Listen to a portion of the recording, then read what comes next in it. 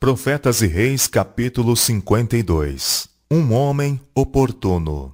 Neemias, um dos exilados hebreus, ocupava uma posição de influência e honra na corte persa. Como copeiro do rei, era ele admitido livremente à presença real.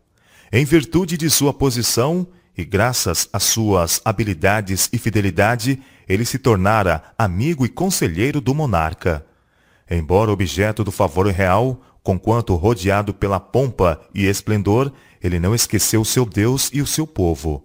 Com mais profundo interesse, o seu coração se voltava para Jerusalém. Suas esperanças e alegrias estavam vinculadas com a prosperidade dela. Por intermédio deste homem, preparado por sua residência na corte persa para a obra a que fora chamado, Deus propôs levar bênçãos ao seu povo na terra de seus pais. Por mensageiros vindos da Judéia, soubera o patriota hebreu que dias de prova tinham vindo a Jerusalém, a cidade escolhida. Os exilados que haviam retornado estavam sofrendo aflições e vexame. O templo e partes da cidade tinham sido reconstruídas, mas a obra de restauração fora embaraçada. Os serviços do templo haviam sido perturbados, e o povo vivia em constante alarma, pelo fato de estarem as paredes da cidade ainda arruinadas em grande parte. Oprimido pela tristeza, Neemias não pôde comer nem beber. Chorei e lamentei por alguns dias, diz ele. Em sua dor, ele tornou para o divino ajudador. Estive jejuando, ele disse, e orando perante o Deus dos céus. Finalmente ele fez confissão dos seus pecados e dos pecados do seu povo. Ele suplicou que Deus sustentasse a causa de Israel, restaurasse sua coragem e força e os ajudasse a reconstruir os lugares devastados de Judá. Orando Neemias, sua fé e coragem se fortaleceram. Sua boca se encheu de santos argumentos. Ele falou da desonra que seria lançada sobre Deus, se seu povo, agora que tinha retornado para ele, fosse deixado em fraqueza e opressão, e se empenhou com o Senhor para que tornasse realidade a sua promessa. Vós vos convertereis a mim, e guardareis os meus mandamentos, e os fareis. Então, ainda que os vossos rejeitados estejam no cabo do céu, de lá os ajuntarei, e os trarei ao lugar que tenho escolhido para ali fazer habitar o meu nome. Esta promessa tinha sido dada a Israel através de Moisés, antes que tivessem entrado em Canaã, e durante os séculos tinham permanecido imutável. O povo de Deus tinha agora retornado para ele em penitência e fé, e sua promessa não faltaria. Neemias tinha frequentemente derramado a sua alma em favor do seu povo, mas, ao orar agora, um santo propósito formou-se em sua mente. Ele decidiu que, se lograsse obter o consentimento do rei e o necessário auxílio na aquisição de implementos e material, ele próprio tomaria a si a tarefa de reconstruir os muros de Jerusalém e restaurar a força nacional de Israel. E ele suplicou ao Senhor que lhe permitisse alcançar favor aos olhos do rei, a fim de que este plano pudesse ser levado avante. Faze prosperar hoje o teu servo, ele suplicou, e dá-lhe graça perante este homem. 4 meses, Neemias esperava por uma oportunidade favorável de apresentar seu pedido ao rei.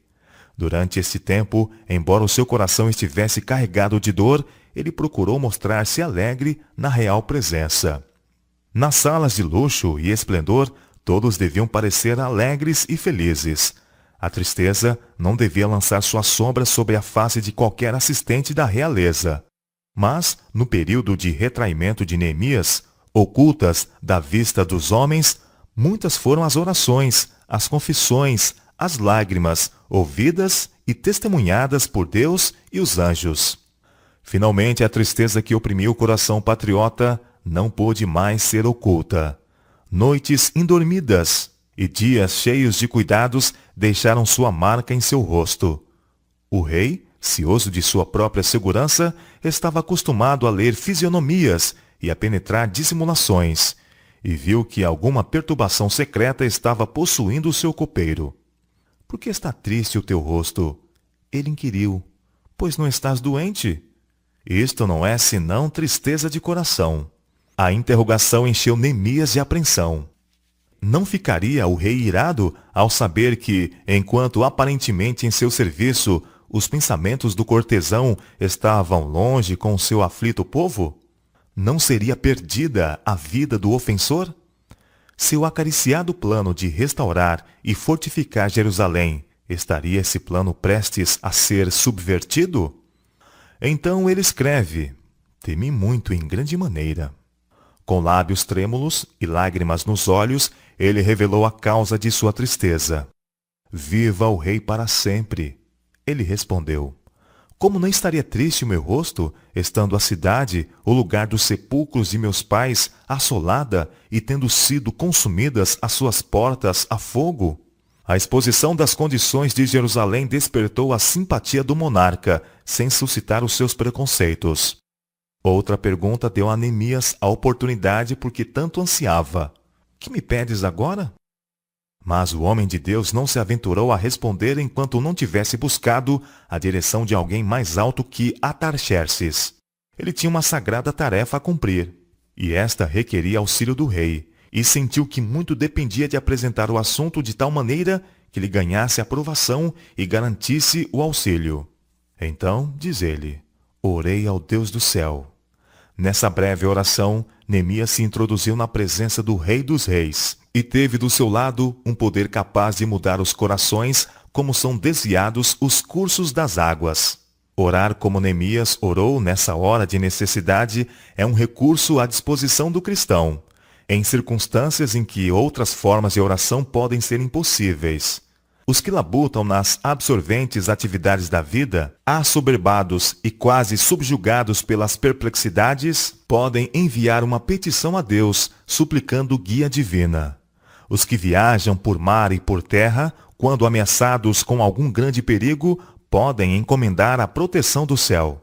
Em tempos de súbita dificuldade ou perigo, o coração pode enviar seu grito de socorro a alguém que se comprometeu a vir em auxílio de seus fiéis e crentes, quando quer que chamem por ele.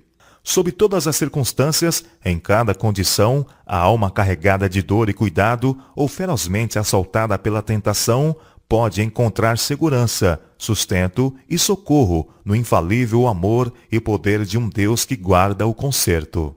Neemias, nesse breve momento de oração ao Rei dos Reis, reuniu coragem para falar a Artaxerxes do seu desejo de ser dispensado por algum tempo dos seus deveres na corte, e pediu autoridade para reconstruir os lugares devastados de Jerusalém e torná-la uma vez mais uma cidade forte e defensável. Momentosos resultados para a nação judaica estavam na dependência desta solicitação. E o rei Masdeu declara Neemias, segundo a boa mão de Deus sobre mim. Havendo conseguido o auxílio que desejava, Neemias, com prudência e reflexão, procedeu os arranjos necessários para se garantir o sucesso da empresa. Ele não negligenciou nenhuma precaução que poderia ser útil ao resultado. Nem mesmo aos seus próprios concidadãos ele revelou seu propósito. Conquanto soubesse que muitos se alegrariam com seu sucesso, temeu que alguns, por atos de indiscrição, pudessem despertar os ciúmes dos seus inimigos e talvez pôr em risco a empreitada.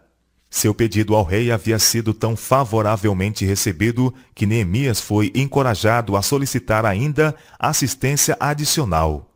Para dar dignidade e autoridade à sua missão, bem como para prover proteção na viagem, ele pediu e foi-lhe garantido uma escolta militar. Obteve cartas régias para os governadores das províncias, além do Eufrates, território através do qual ele devia passar em sua viagem para a Judéia. E obteve também uma carta para o guarda da floresta real nas montanhas do Líbano, ordenando que fornecesse tanta madeira quanto fosse necessária. Para que não pudesse haver ocasião de queixa de que ele excedera sua missão, Neemias teve o cuidado de que os privilégios e autoridades que lhe eram conferidos estivessem claramente definidos. Este exemplo de sábia previdência e ação resoluta deve ser uma lição a todos os cristãos. Os filhos de Deus não devem apenas orar com fé, mas trabalhar com diligência e providente cuidado. Eles enfrentam muitas dificuldades e, não raro, embaraçam a operação da providência em seu favor, porque consideram que prudência e penoso esforço pouco tem que ver com religião.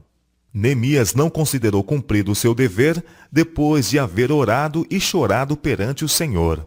Ele uniu sua petição com os mais fervorosos, santos e piedosos esforços para o sucesso da empresa em que estava empenhado. Cuidadosa consideração e bem meditados planos são tão essenciais para o êxito de empreendimentos sagrados hoje como foram no tempo da reconstrução dos muros de Jerusalém. Neemias não se deixou ficar na dependência da incerteza. Os meios que lhe faltavam, ele os solicitou dos que lhe podiam fornecer. E o Senhor está ainda desejando mover o coração dos que têm a posse dos seus bens em favor da causa da verdade.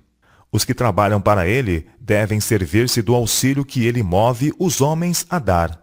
Esses dons podem abrir caminhos pelos quais a luz da verdade irá a muitas terras entenebrecidas. Os doadores podem não ter fé em Cristo, nem familiaridade com sua palavra, mas os seus dons não estão neste mesmo caso para serem recusados.